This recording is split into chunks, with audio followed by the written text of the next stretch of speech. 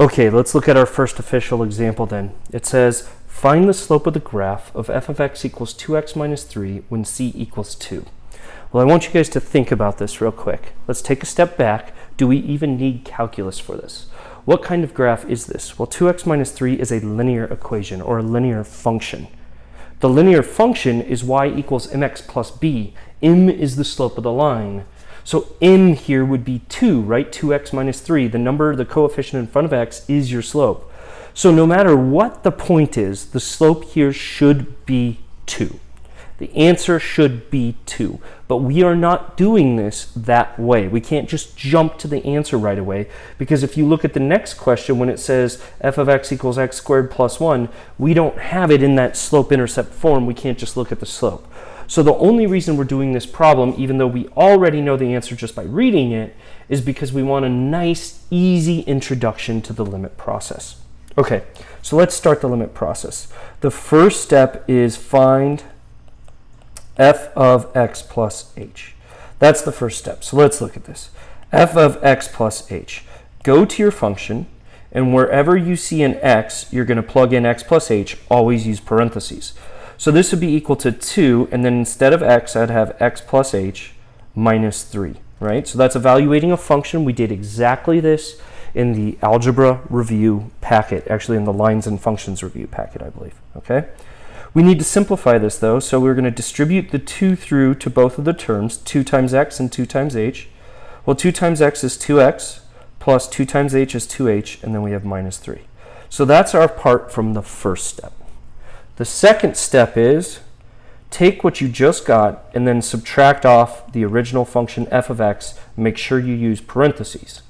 So what we just got was 2x plus 2h minus 3. Now we're going to subtract off, and it is absolutely vital that you use parentheses here, 2x minus 3. Why is it vital that you use parentheses? One of the biggest mistakes in calculus is distributing that negative.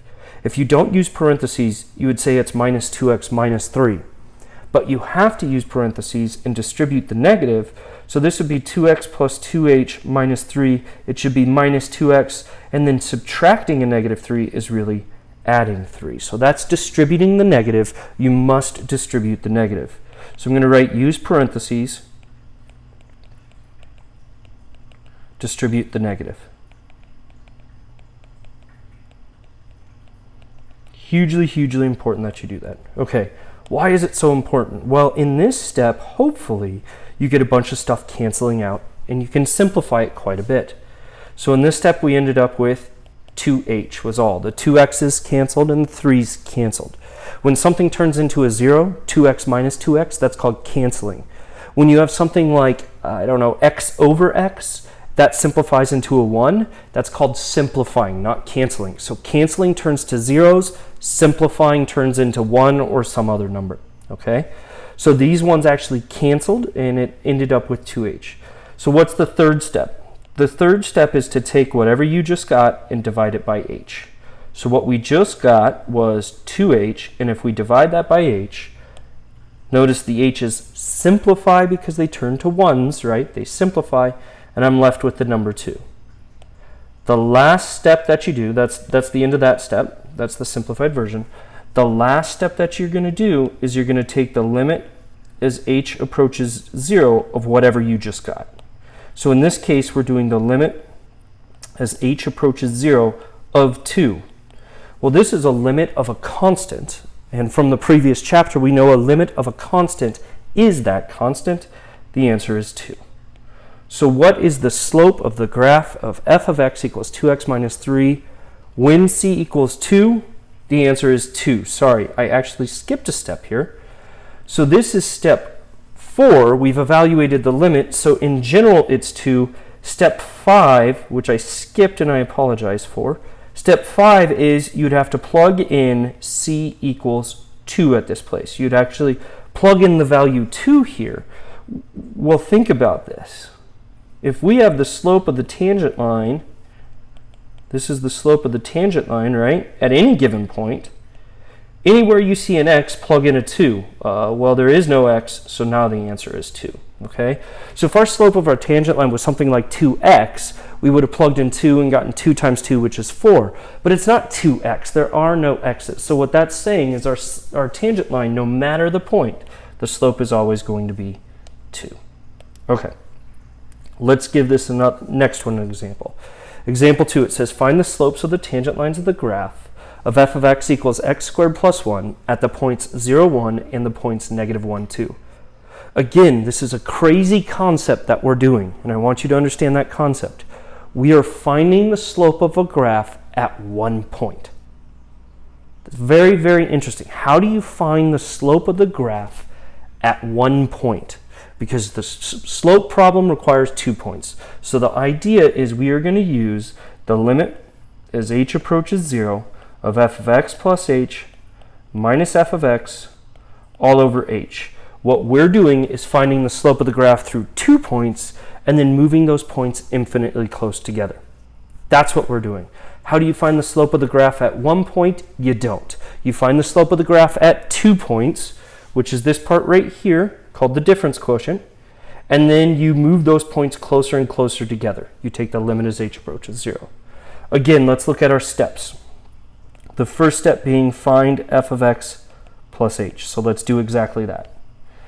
F of x plus h. Go into the original function. Wherever you see an x, you're going to plug in x plus h in parentheses. So instead of x squared, it would be x plus h quantity squared plus 1. Well, you need to FOIL that out. If you FOILed that out, if you think about it as x plus h times x plus h, what would we get? We would end up with x squared plus xh, which would be 2xh, and then you would have your h squared. Don't forget that plus 1 that's afterwards right there. So there's our plus 1. So there's our expanded version of f of x plus h right there. Step 2, take whatever you got and subtract off f of x in parentheses. So what we just got was x squared plus 2xh plus h squared plus 1. We subtract off the original function in parentheses, which would be the x squared plus 1, right? Why do we have to put it in parentheses? Because you have to remember to distribute that negative to both terms. So this is equal to x squared plus 2xh plus h squared plus 1. Then it would be minus x squared. Distributing the negative, we'd have a minus 1. Why do we care about that? Because now our x squareds canceled and our 1's cancel, and I'm left with 2xh plus h squared. Again, though, step 2 says if there's an h in common, factor it out. Well, I most certainly see an h in common of both of these terms, so I'm going to factor it out. So it's going to be h times, well, if I take 2xh divided by h, I would just have a 2x left over. And if I take h squared divided by h, I would just have an h left over. So the factored version of 2xh plus h squared is h times 2x plus h. So that's the version that we want to use, the simplified version with an h factored out. The third step, what we do at the third step is we take whatever we just got and we divide it by h. So we take what we just got, which was h times 2x plus h, and we divide that by h. Notice the reason we factored it out is because it's factored, now we're able to simplify the h's, and we're left with 2x plus h. So that's our result of the difference quotient. That's the slope between the 2 points. Now we need to move those points infinitely close together by taking the limit as h approaches 0 of what we just got. So the limit as h approaches 0 of 2x plus h, notice where we're plugging it in. We're plugging in h equals 0. So that not x, we're actually plugging into h here. So this would be 2x plus 0, which is simply 2x. So what did we just find? We found the slope of the tangent line at any point. The slope of the tangent line is 2 times the x value of that point. So that's the general slope of the tangent line. So step 5 is where you plug in the numbers. And in particular, we're plugging in x equals 0 and x equals negative 1, 2 different points here. So let's look at those x values. Sorry, let me do this in black. Let's look at those x values. We're plugging it into the slope of the tangent line, which in this case was 2x. The x values we care about is 0 and -1. So the first one would be 2 times 0, which is 0. So what's the slope of the line at the point 0? 1 would be 0. -1, if we plug that in, would be 2 times -1, which is -2.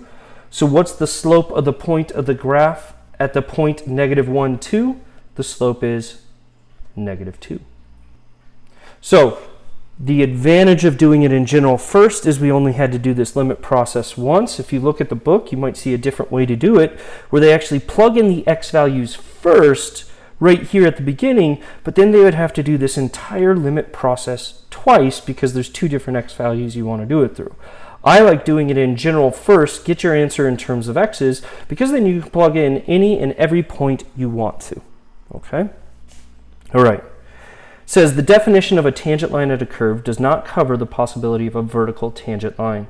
For vertical lines, you can use the following definition. If f is continuous at c, and the limit as delta x approaches 0 of f of c plus delta x minus f of c all over delta x equals infinity or negative infinity, then the vertical line x equals c through c f of c is a vertical tangent line of the graph of f.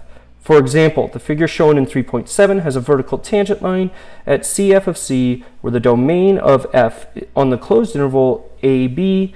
You can extend the definition of a vertical tangent line to include the endpoints considering continuity in limits from the from the right for x equals A and from the left from x equals B. So here we're trying to bring in the idea of continuity. Remember to be, we'll talk about continuity in a little bit. But what they're saying is you might have an instance where when you evaluate this limit in the last step, you actually get infinity or negative infinity. And any time when you evaluate that limit at that last step and get infinity or negative infinity, what you have is a vertical tangent line. So that would be something like, if we're looking at a circle, this point right here, that tangent line would be vertical. So if we took the limit as h approaches 0, we would have actually gotten infinity or negative infinity in that case. So that's a vertical tangent line.